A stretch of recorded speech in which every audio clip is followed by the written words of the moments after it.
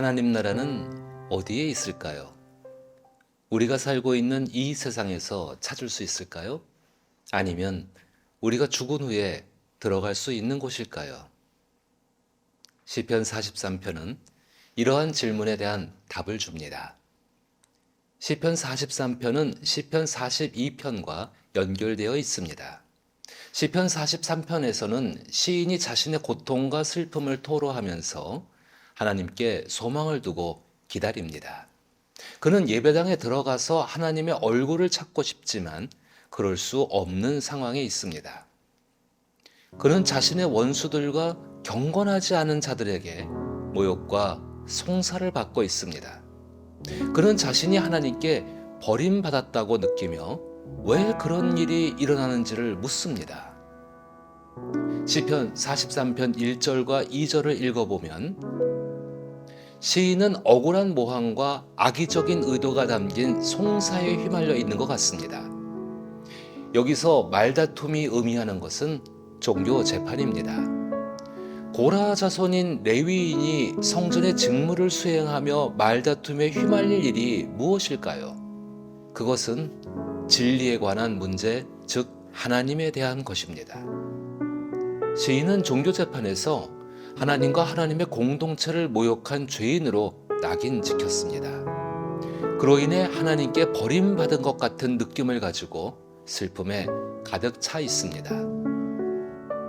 시인을 정죄한 자들은 경건하지 않은 나라, 간사하고 불의한 자입니다. 송사를 변호해달라는 시인의 말처럼 조작된 증거와 위증을 일삼고 거짓 증인들로 넘쳐나는 세상과 그러한 일들을 일삼는 하나님을 마음에 두지 않는 사람들입니다. 결국 시인이 처한 상황은 온갖 음모와 술수가 가득한 현실의 자리, 간사함과 불의로 시인을 괴롭게 하는 캄캄한 밤, 맹수와 여러 위험이 도사리고 있는 광야 한복판과 같은 인상을 줍니다. 이런 상황 속에서 신앙인은 하나님의 인도하심을 간절하게 원하며 예배당에 들어가서 예배하며 하나님을 느끼고 하나님의 마음을 품은 사람들 속에서 위로받고 싶어 합니다. 그런데 시인은 자신의 전부인 것처럼 여기며 살아왔던 성전에 들어갈 수 없습니다. 시인은 3절과 4절에서 하나님께 기도하면서 자신의 상황을 바꾸어 달라고 부탁합니다. 시인은 하나님께서 빛과 진리를 보내주시어 자신을 인도하시고 하나님의 거룩한 산, 하나님이 계시는 곳으로 이르게 해주시길 간절히 원하고 있습니다. 이 말은 시인은 하나님 나라가 실존적으로 자기에게 나타나기를 간절하게 바라고 있는 것입니다. 시편 43편의 시인이 처해 있는 현실은 오늘을 살아가는 그리스도인이 만나는 처참한 교회 현실입니다. 시인이 하나님과 함께 할 수 있는 하나님 나라를 소망하지만 갈 곳이 없어 슬퍼하는 것처럼 그리스도인들도 자신이 출석하는 교회가 하나님 나라이기를 소망하지만 교회에서 하나님에 대한 진리와 실천은 사라지고 성도끼리 송사에 휘말리고 하나님의 사랑과 공의보다 간사함과 불의함이 교회의 중심이 되어질 때 우리는 갈 곳을 잃게 됩니다. 얼마든지 시인처럼 신실하게 하나님을 경외하며 살아왔던 나의 삶에 송사에 휘말리는 일이 생기고 이 편, 저 편을 선택해서 속하지 않으면 간사함과 불의한 사람들에 의해서 고통을 경험하면서 마치 하나님께 버림받은 듯한 느낌에 사로잡힙니다. 그때 순전한 그리스도인들은 시편 43편 3절과 4절의 말씀처럼 다시 한번 나를 향하신 하나님의 긍휼을 구하며 주의 빛과 주의 진리 되신 예수 그리스도를 통하여 이 고통의 자리에서 하나님을 다시 느낄 수 있는 주가 계신 교회로 변화되기를 간절히 기도합니다. 그러나 현실은 내가 예배드리던 곳, 내가 기도하며 하나님과 친밀히 교제를 나누던 하나님을 느낄 수 있던 하나님 나라가 나타나기란 참으로 어렵습니다. 하나님의 선하신 인격이 간사하고 불의한 자들에 의해서 가려져 버리면 그것은 깨끗한 물에 검정색 염료를 넣은 것과 같습니다. 다시 소망을 품고 하나님께 가고 싶어 하는 신앙인들이 갈 곳이 없게 되는 기독교인인데 주일에 가서 예배할 교회가 없는 신세가 되는 것입니다. 저는 오늘날 이러한 교회, 이런 상처를 느낀 신앙인들이 많아짐을 봅니다. 교회의 중심의 메시지, 즉 예전적인 행위에 자신을 옭아매려는 종의 굴레를 조심하세요.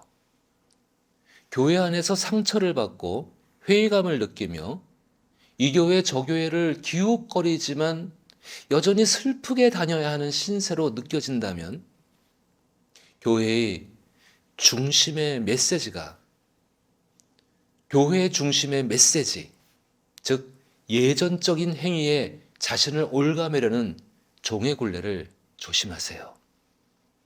만약 여러분 중에 교회를 다니면서 내가 하나님 앞에 무엇을 해야만 복을 받고 무엇을 하지 않으면 벌을 받을 것 같다라는 느낌을 갖고 있다면 다시 종교화된 예전 행위에 갇혀서 하나님을 느낄 수 없던 때로 돌아가려 하지 말고 느낌을 회복하려는 노력에 더 집중해 보시길 권면합니다.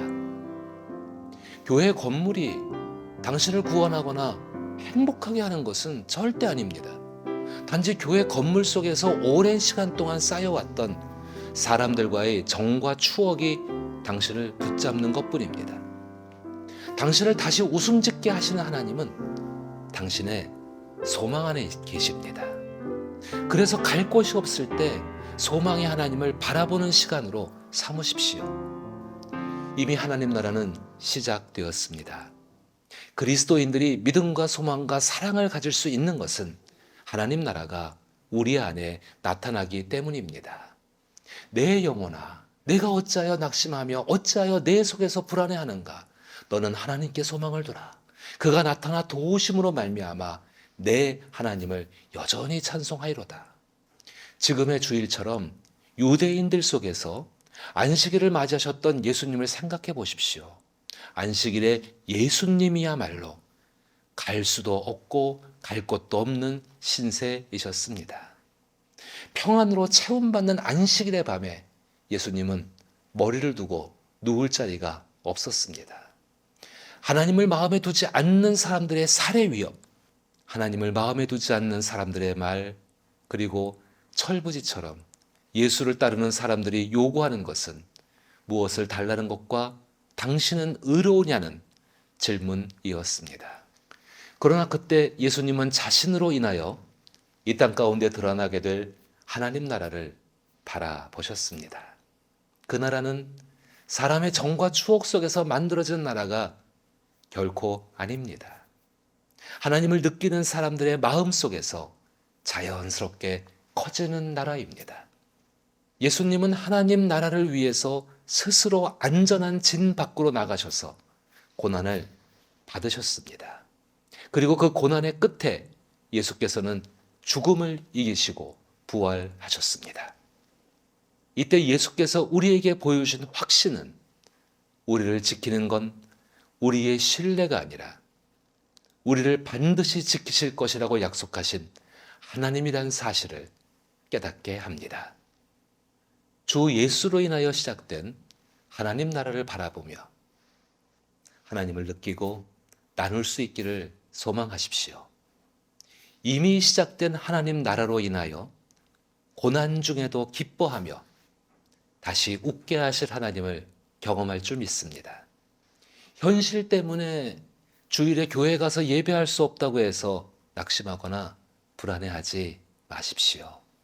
나를 다시 웃음짓게 하시는 하나님은 잃어버린 평안을 도로 찾아주시고 자유를 빼앗은 현실을 갈아엎으셔서 새로운 씨앗을 뿌리며 새 노래를 부르게 하십니다. 당신이 하나님 나라에 속해 있다는 증거는 마음 안에 있는 하나님으로 인해 성경을 따라 바른 것을 추구하는 것과 하나님으로 인해 기뻐하는 것과 주 예수 그리스도로 인하여 하나님과 함께 있을 수 있는 사람이 되었다는 사실입니다.